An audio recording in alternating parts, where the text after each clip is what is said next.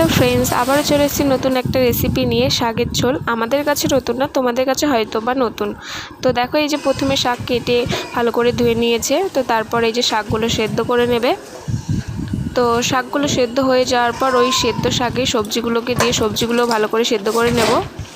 তো শাক ও সবজি দুটোই সেদ্ধ হয়ে যাওয়ার পর তারপরে কড়াইতে তেল দিয়ে দেবো। তেলটা গরম হয়ে গেলে তেলের মধ্যে সর্ষে আর তেজপাতা ফোড়ন দিয়ে নেব। তো তেজপাতাটা মা এখানে ভুলে গেছিলো দিতে, তোমরা দেবে।